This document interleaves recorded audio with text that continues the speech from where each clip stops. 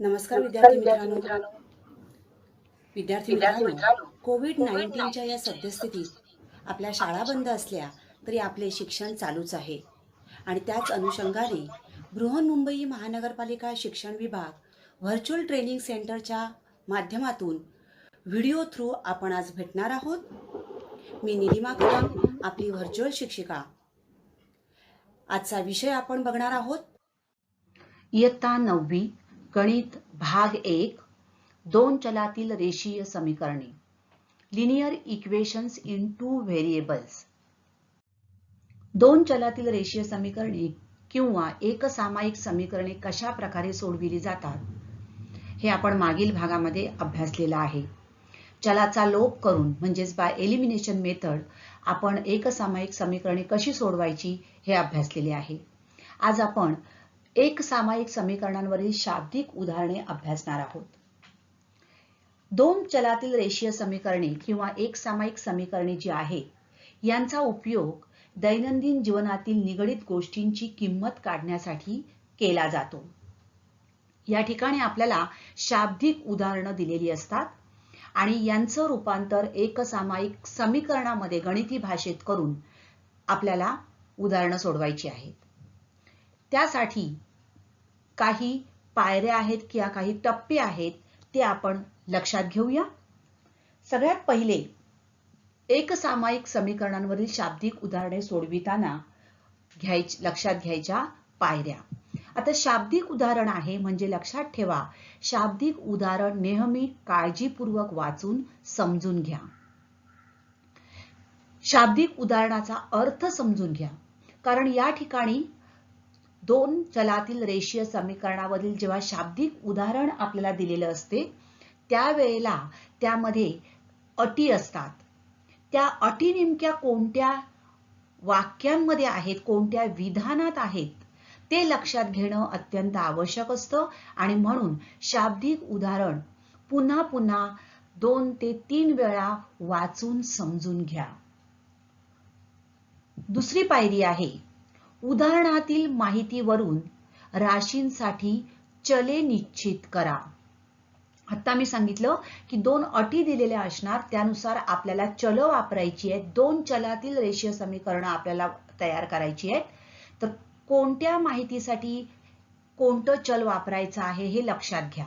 x आणि y ही चलं आपण जेव्हा वापरतो त्यावेळेला उदाहरणार्थ ज्या वेळेला संख्याचं उदाहरण दिलेलं असेल तर संख्यांची उदाहरणं सोडविताना मोठी संख्या, लहान संख्या किंवा वयावरील उदाहरणं सोडविताना वडिलांचं वय, मुलाचं वय यासाठी नेमकं कोणतं चल वापरणार आहोत आणि कशा प्रकारे आपण तो अर्थ त्याचा घेणार आहोत यासाठी चल निश्चिती करणं अत्यंत आवश्यक असतं.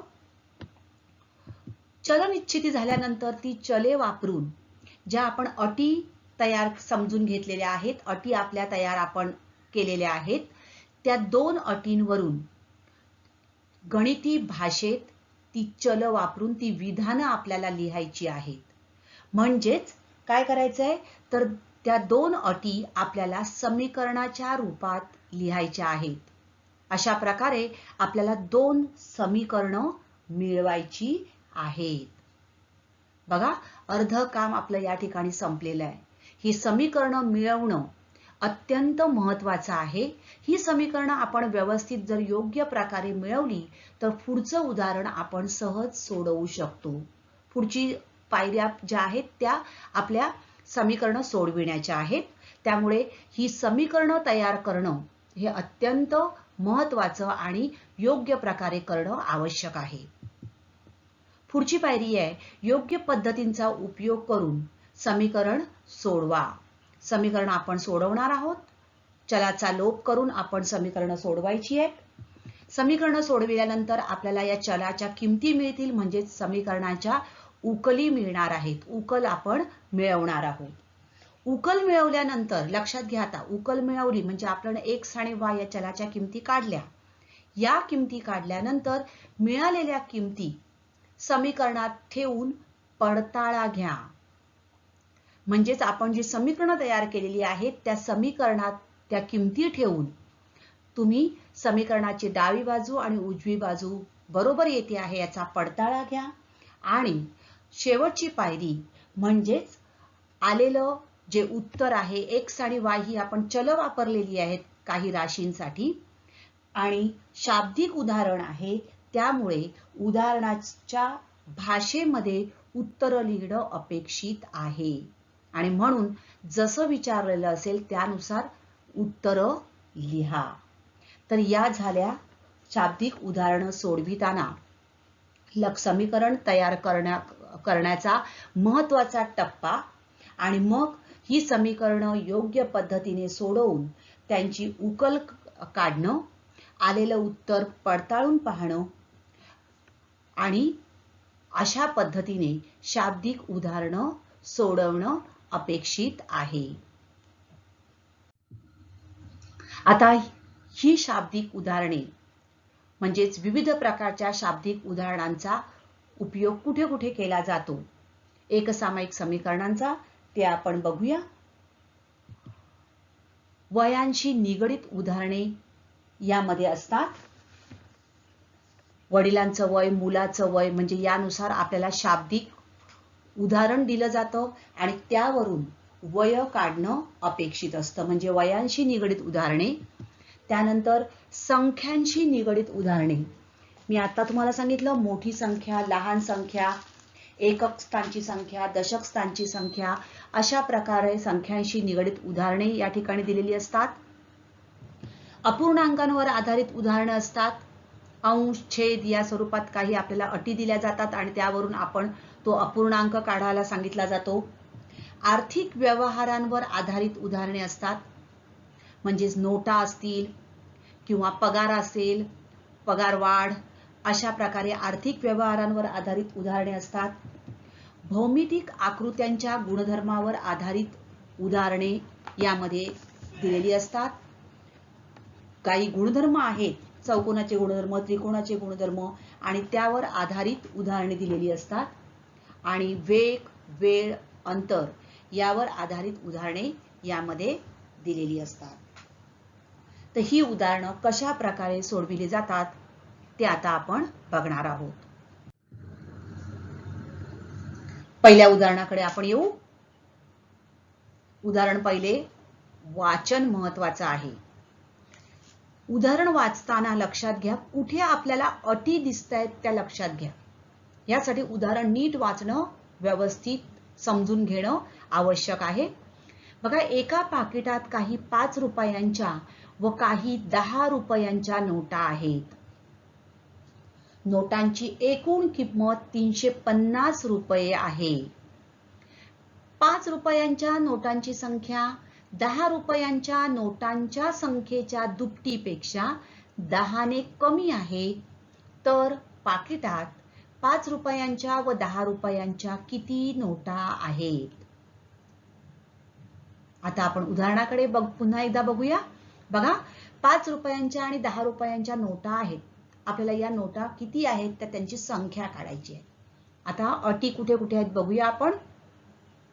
बघा, नोटांची एकूण किंमत 350 रुपये आहे. तर 5 रुपयांच्या 10 रुपयांच्या नोटा त्या पाकिटात आहेत. पहिली अट बघा आपल्याला मिळाली, नोटांची एकूण किंमत 350 रुपये आहे. ही झाली पहिली अट आपली. ओके. आता दुसऱ्या अटीकडे येऊया. बघूया कुठे दुसरी अट आहे. बघा, 5 रुपयांच्या नोटांची संख्या 10 रुपयांच्या नोटांच्या संख्येच्या दुपटीपेक्षा 10 ने कमी आहे. ही झाली दुसरी अट. मिळाली 2 विधानं. म्हणजेच या 2 विधानांचं आपल्याला रूपांतर समीकरणात करायचं आहे. कळलं? आता शाब्दिक उदाहरण वाचलं आपण, अटी समजून घेतल्या. पुढची पायरी चल वापरायची आहेत. अज्ञात राशींसाठी आपल्याला चल वापरायची आहेत. उदाहरणातील माहितीवरून चल ठरवायची आहेत. आता 5 रुपयाच्या व 10 रुपयांच्या नोटा आहेत. म्हणजेच 5 रुपयांच्या नोटा आपण x मानू, 5 रुपयांच्या नोटांची संख्या x मानू आणि 10 रुपयांच्या नोटांची संख्या काय मानायची आहे? y मानू. मिळालं इथे आपल्याला. तर x आणि y आपण ठरवलं. 5 रुपयांच्या नोटांची संख्या X, 10 रुपयांच्या नोटांची संख्या Y. झालं? आता पुढचं आता बघायचंय. पहिलं आपण काय म्हटलंय बघा, 5 रुपयांच्या नोटांची संख्या X. समजा माझ्याकडे 5 रुपयाच्या 2 नोटा आहेत, बरोबर? म्हणजेच माझ्याकडे किती रुपये आहेत? 2 नोटा म्हणजे 10 रुपये. 10 रुपयांच्या माझ्याकडे 3 नोटा आहेत, म्हणजे किती रुपये आहेत माझ्याकडे? 30 रुपये. म्हणजेच माझ्या पाकिटात एकूण किती रुपये आहेत? 40 रुपये. लक्षात घ्या इथे बघा, 5 रुपयांच्या 2 नोटा म्हणजे माझ्याकडे 10 रुपये, 10 रुपयांच्या 3 नोटा म्हणजे 30 रुपये, एकूण पाकिटात 40 रुपये. काय म्हटलंय? नोटांची एकूण किंमत 350 रुपये, म्हणजे एकूण 350 सगळे पाकिटात माझ्याकडे आहे. मग 5 रुपयांच्या 2 नोटा असतील तर 10 रुपये होत आहेत. मग माझ्याकडे किती नोटा आहेत? X नोटा आहेत. म्हणजेच 5 रुपयांच्या नोटांची किंमत किती झाली? रुपये 5x. बरोबर? गुणाकार केला की नाही आपण? त्याचबरोबर 10 रुपयांच्या नोटांची किंमत किती होईल? 10y. ओके? आता पहिल्या अटीवरून नोटांची एकूण किंमत 350. आपण इथे काय केलं? एकूण 40 रुपये म्हणजे 10 अधिक 30. इथे आता ही विजातीय पद आहेत, अनलाईक टर्म्स आहेत. मग आपण काय लिहिणार आहोत? पहिल्या अटीनुसार 5x अधिक 10y बरोबर 350. हे आपल्याला पहिलं समीकरण मिळालं. लक्षात? आता दुसऱ्या अटीकडे येऊया. आता दुसरी अट काय सांगितली आहे बघा, 5 रुपयांच्या नोटांची संख्या 10 रुपयांच्या नोटांच्या संख्येच्या दुपटीपेक्षा 10 आहे. आता 5 रुपयांच्या नोटांची संख्या किती आहे? X, बरोबर? 10 रुपयांच्या नोटांची संख्या Y, त्याच्या दुपटीपेक्षा, म्हणजेच X बरोबर 2y 10 ने कमी वजा 10. 10 ने कमी आहे दुपटीपेक्षा, म्हणून X बरोबर 2y वजा 10. आता आपण चल सगळी एका बाजूला घेऊया आणि स्थिर संख्या एका बाजूला ठेवू, आणि म्हणून आपल्याला मिळालं x वजा 2y बरोबर ऋण 10. हे आपल्याला मिळालं समीकरण क्रमांक 2 मिळाली. आता समीकरण 1 आणि 2 मिळाल्यानंतर आता आपण समीकरण सोडवणार आहोत चलाचा लोप करून. समीकरणांचं निरीक्षण करा. बघा, पहिल्या समीकरण x चा सहगुणक 5x, इथे 1, इथे 10y, इथे 2y. पण या ठिकाणी y हा सहगुणक बघा विरुद्ध संख्या आहे. मग आपण जर दुसऱ्या समीकरणाला 5 ने गुणलं तर आपल्याला ऋण 10y मिळतील. म्हणून समीकरण 2 ला 5 ने गुणून काय मिळालं आपल्याला? 5x वजा 10y बरोबर ऋण 50. समीकरण क्रमांक 3. आता समीकरण 1 आणि 3 चा निरीक्षण करा. आपण 10y चा लोप करू शकतो. म्हणून समीकरण 1 आणि समीकरण 3 यांची बेरीज करायची आहे आपल्याला. काय करायची आहे? समीकरण 1 आणि 3 यांची बेरीज करून.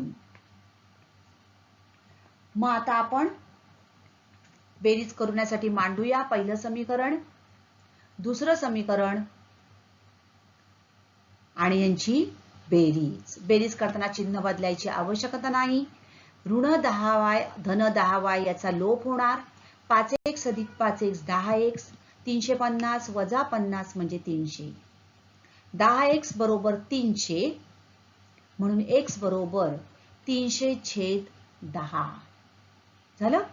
आता आपण किंमत काढणार आहोत. x बरोबर 300/10. या ठिकाणी या शून्याला हे शून्य गेलं, म्हणजेच आपल्याला मिळालं x बरोबर 30. आता ही आलेली किंमत एका समीकरणात घालून आपण y ची किंमत काढूया. x बरोबर 30 ही किंमत समीकरण 1 मध्ये घालून एक समीकरण लिहून घ्या. 5x अधिक 10y बरोबर 350. x ची किंमत 30 म्हणजेच 5 गुणिले 30 अधिक 10y बरोबर 350. 5 त्रिक 15, 150 अधिक 10y बरोबर 350. 10y बरोबर 350 वजा 150. 10y बरोबर 200 आणि म्हणून y बरोबर 200/10. पुन्हा या शून्याला शून्य गेलं म्हणजेच किती आले? y बरोबर आपले आले 20. x ची किंमत मिळाली 30 आणि y ची किंमत मिळाली 20. इथे घालून बघा. 30 पहिल्या समीकरणामध्ये 30 गुणिले 5 म्हणजे किती आले? 150 अधिक 10 गुणिले 20 किती आले? 100. बरोबर. 10 गुणिले 20 म्हणजे 200 आले.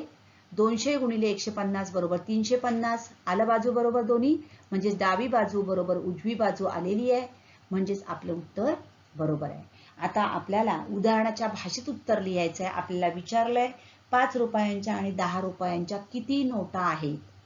मग x ही 5 रुपयाची नोट म्हणून 5 रुपयांच्या नोटांची संख्या 30 आणि 10 रुपयांच्या नोटांची संख्या 20.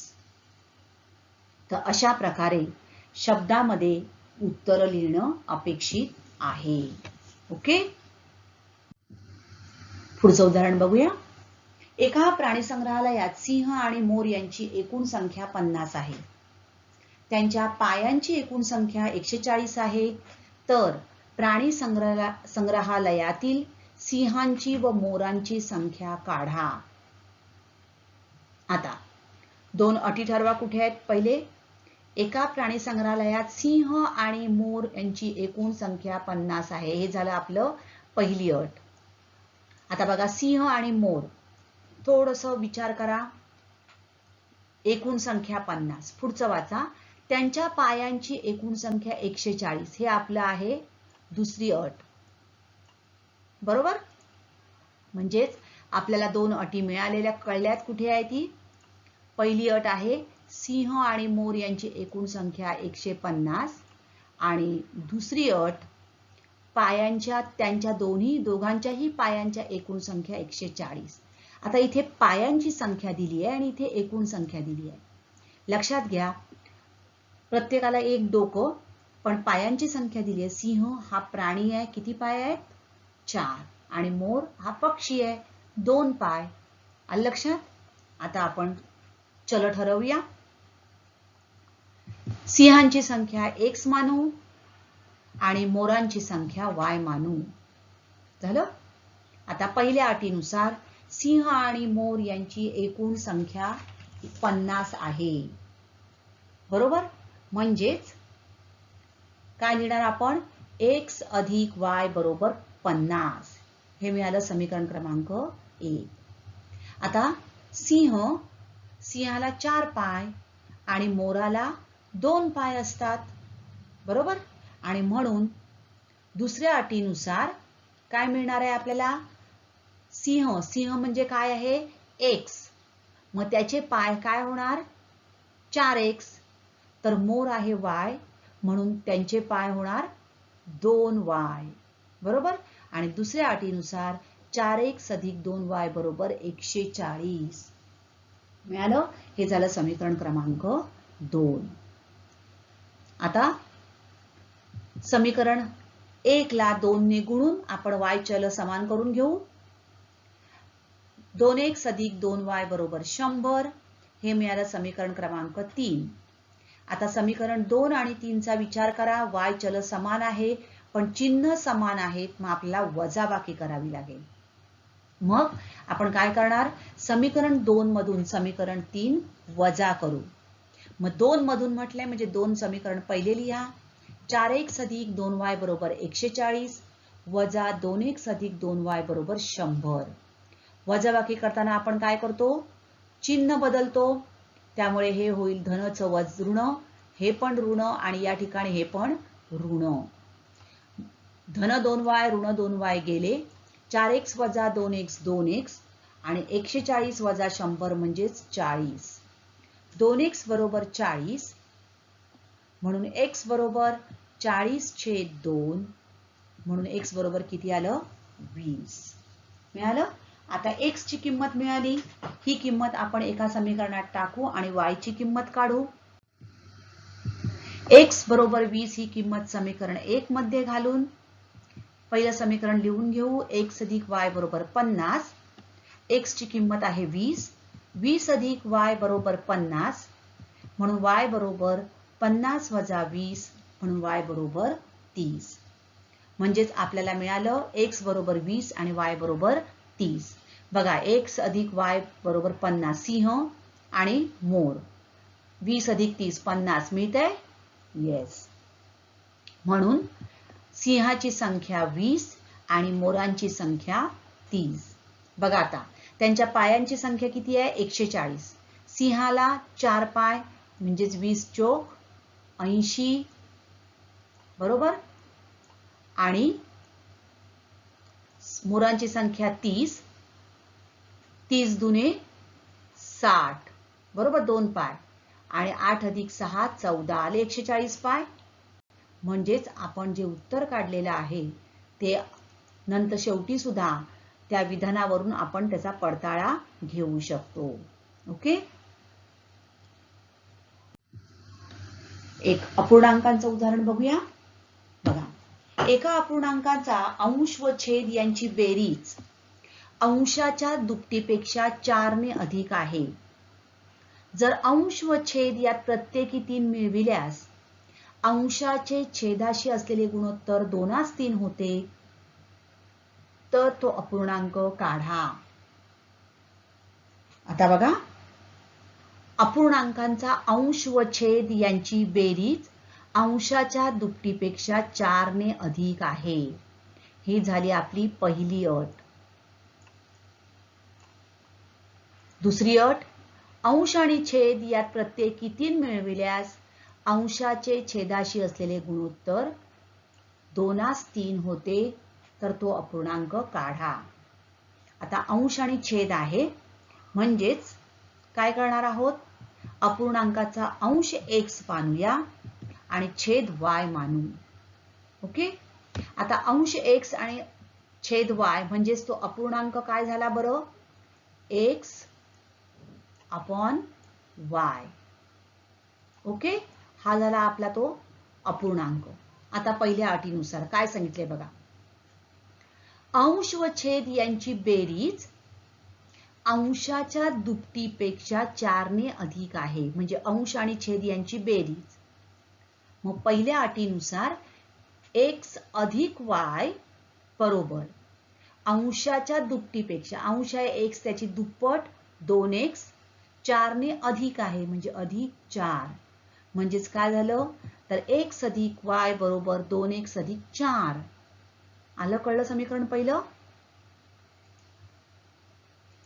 बघा लक्षात घ्या. पुन्हा मी सांगते इथे काय आहे? अंश x आणि छेद y. अंश आणि छेद यांची बेरीज म्हणजेच x अधिक y अंशाच्या दुपटीपेक्षा, अंश आहे x त्याची दुप्पट 2x, 4 ने अधिक आहे. आता x चल आपण एका बाजूला घेऊ म्हणून x अधिक 2y वजा 2x बरोबर 4. स्वरूप पदांची वजाबाकी करू. x वजा 2x म्हणजे वजा x अधिक y बरोबर 4. हे झालं आपलं समीकरण क्रमांक 1. मिळालं समीकरण 1. आता दुसऱ्या अटीकडे येऊया. अंश आणि छेद यात प्रत्येकी 3 मिळविल्यास, म्हणजेच याच्यामध्ये पण आपल्याला 3 मिळवावे लागतील आणि छेदामध्ये पण आपल्याला 3 मिळवावे लागतील. प्रत्येकी 3 मिळविल्यास अंशाचे छेदाशी असलेले गुणोत्तर 2:3 होते. म्हणजेच दुसऱ्या अटीनुसार आपल्याला मिळालं x अधिक 3 छेद y अधिक 3 बरोबर 2/3. x plus 3 upon y plus 3 equal to 2/3. कळलं कसं मिळालं दुसरं समीकरण आहे? आता समीकरण नाही मिळालं, आपण फक्त ही मांडणी केली. आता तिरकस गुणाकार करून घेऊ. 3 गुणिले x अधिक 3 हा गुणाकार करणार ना आपण, बरोबर 2 गुणिले y अधिक 3. आपण गुणाकार केला. आता 3x अधिक 3 त्रिक 9, 3x अधिक 9 बरोबर 2y अधिक 6. बरोबर. आपण काय केले, कंस सोडवून घेतले. आता चल एका बाजूला आणि स्थिरांक एका बाजूला घेऊ. 3x 2y या बाजूला आले वजा 2y बरोबर 6, 9 त्या बाजूला गेले वजा 9, 3x वजा 2y बरोबर ऋण 3. हे झालं आपलं समीकरण क्रमांक 2 मिळाली. आता पहिलं समीकरण आणि दुसरं समीकरणाची तुलना करा. बघा x y. मग आपण काय करणार आहोत या ठिकाणी, समीकरण 1 ला 2 ने गुणून घेऊया आपण, y चल समान करूया. म्हणजेच ऋण 2x अधिक 2y बरोबर 8. हे मिळालं समीकरण क्रमांक 3 मिळालं. आता समीकरण 2 आणि 3 चं निरीक्षण करा. काय दिसतंय बघा, y चल समान आहे, विरुद्ध संख्या. या दोन समीकरणांची आपल्याला बेरीज करावी लागेल. बरोबर. मग समीकरण 1 आणि 3 यांची बेरीज करून 3x वजा 2y बरोबर ऋण 3 अधिक ऋण 2x अधिक 2y बरोबर 8. बेरीज करूया आपण. ऋण आणि धन यांचा लोप होणार y चलाचा. 3x वजा 2x x आणि 8 वजा 3 5, म्हणजे x बरोबर 5. x बरोबर 5 आपल्याला मिळालं. x बरोबर 5 ही किंमत समीकरण 1 मध्ये घालूया. समीकरण 1 लिहून घेऊ. ऋण x अधिक y बरोबर 4, ऋण 5 अधिक y बरोबर 4, y बरोबर 4, ऋण 5 त्या बाजूला गेले धन 5, म्हणून y बरोबर 9. x ची किंमत मिळाली 5, y ची किंमत मिळाली 9. x बरोबर 5, y बरोबर 9. पण x हा आपला काय आहे, अंश, आणि y हा आहे छेद. आता या ठिकाणी किंमत घालून बघा. 9 ऋण x म्हणजे ऋण 5 अधिक 9 बरोबर 4 येत आहे आपल्याला. येस, बरोबर आहे. म्हणजेच तो अपूर्णांक आपल्याला मिळाला 5/9. आता बघा काय सांगितलंय, अपूर्णांकाचा छेद. बरोबर. तर तो अपूर्णांक आपल्याला मिळाला 5/9. आता दिलेल्या ज्या अटी आहेत त्या अटी या अपूर्णांकाने सॅटिस्फाय होतात का हे तुम्ही चेक करून बघू शकता. तर अशा प्रकारे आपण ही समीकरणं सोडवू शकतो. या ठिकाणी तो अपूर्णांक आपल्याला विचारलेला आहे. पुढचं उदाहरण बघूया. संजयला नोकरीमध्ये काही मासिक पगार मिळतो. दरवर्षी त्याच्या पगारामध्ये निश्चित रकमेची वाढ होते. जर 4 वर्षांनी त्याचा मासिक पगार 4,500 रुपये झाला व 10 वर्षांनी मासिक पगार 5,400 रुपये झाला तर त्याचा सुरुवातीचा पगार व वार्षिक वाढीची रक्कम काढा. एक लक्षात घ्या, थोडंसं आपल्याला जे प्रश्नामध्ये विचारलेलं असतं त्यावरून क्लू मिळतो की आपल्याला कशासाठी कोणती चल वापरायची आहे किंवा चल कशी वापरायची आहे. सुरुवातीचा पगार आणि वार्षिक वाढीची रक्कम काढायची आहे. म्हणजेच हे एक काढायचं आहे सुरुवातीचा पगार आणि दुसरं आहे वार्षिक वाढीची रक्कम. म्हणजेच दोन आपल्याला कळतंय, दोन गोष्टी x आणि y. बरोबर. मग आपण संजयचा मासिक पगार x मानू आणि दरवर्षी त्याच्या पगारामध्ये होणारी वाढ y मानूया. म्हणजे वार्षिक वाढ जी आहे इन्क्रीमेंट ती मानली y. इथे कळलं एवढं.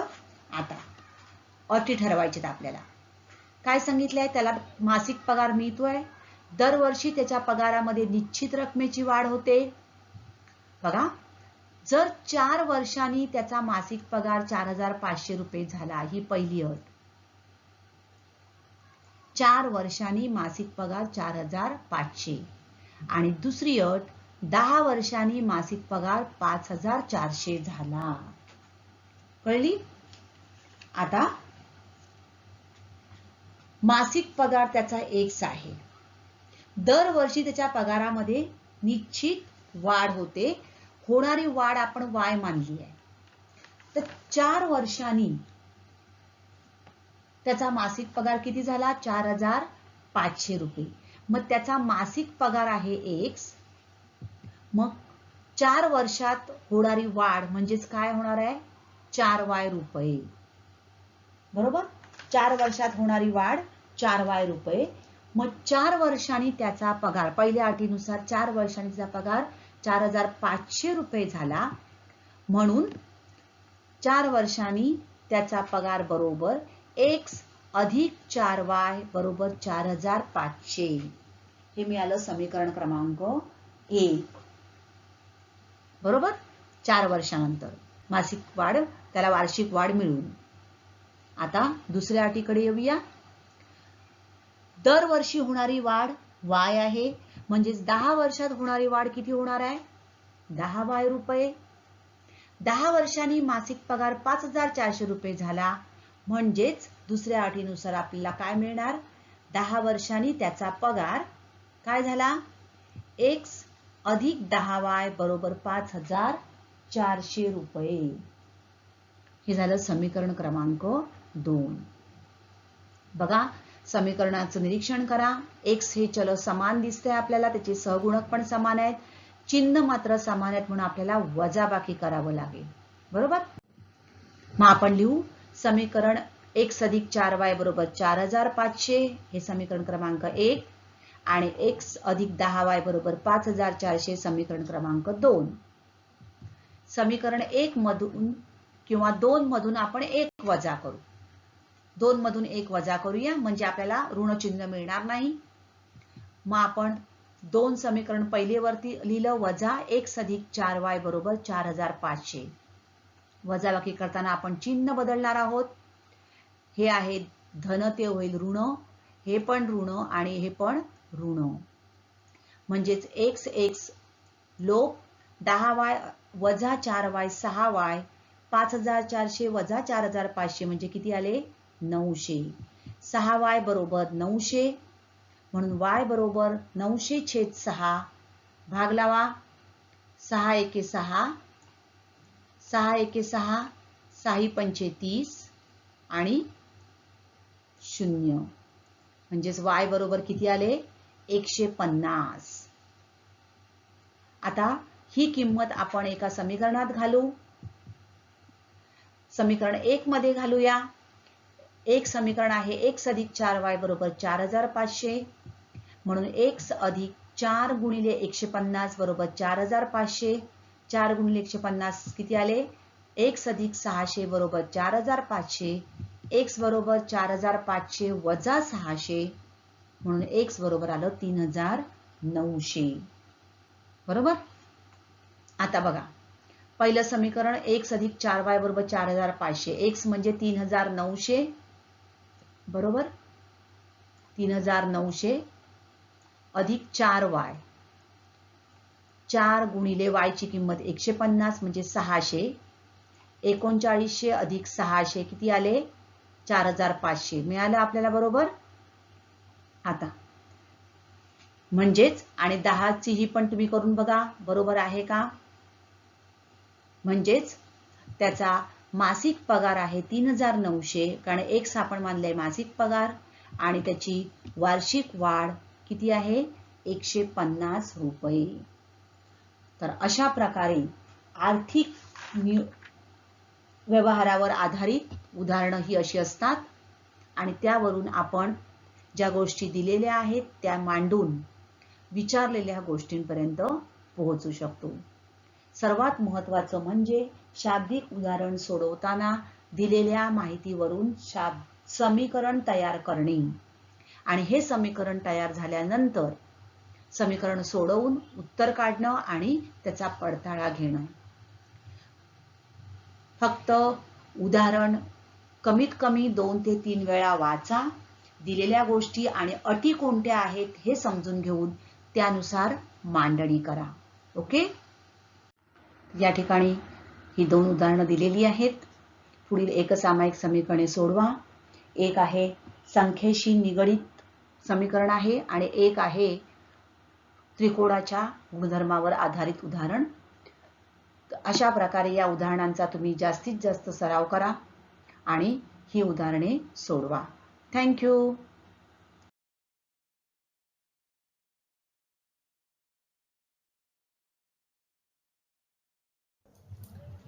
तर विद्यार्थी मित्रांनो, आता आपण इथेच थांबणार आहोत.